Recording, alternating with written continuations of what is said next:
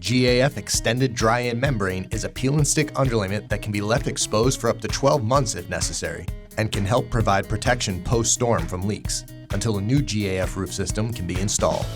Since this product can be left exposed for up to 12 months if necessary, let's walk through some of the most important installation details for this product in order to help ensure maximum protection. At all end laps, or where the extended dry-in membrane is installed onto itself and there is no salvage edge, apply a 1/4 inch to 1/2 inch bead of GAF Flex Seal caulk grade sealant, 1/2 inch to 1 inch from the edge of the lap on the top of the underlying membrane, and hand roll the lap firmly for a strong bond.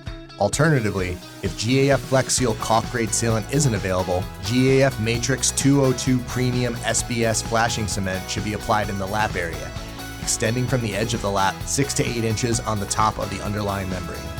Install the overlaying membrane into the flashing cement and hand roll firmly.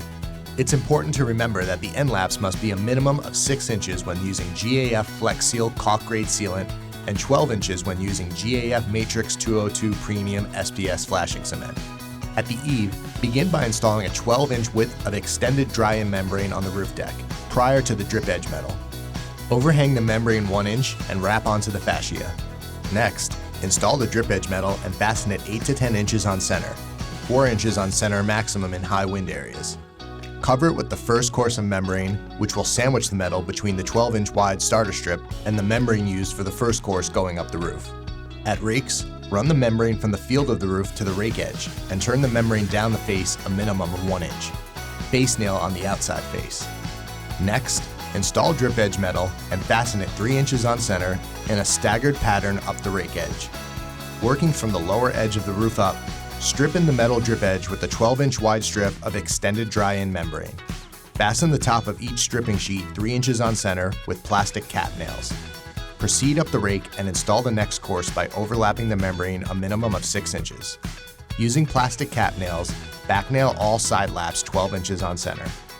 At penetrations, the extended dry-in membrane should be installed first, with the penetration flashing installed over the field of the roof.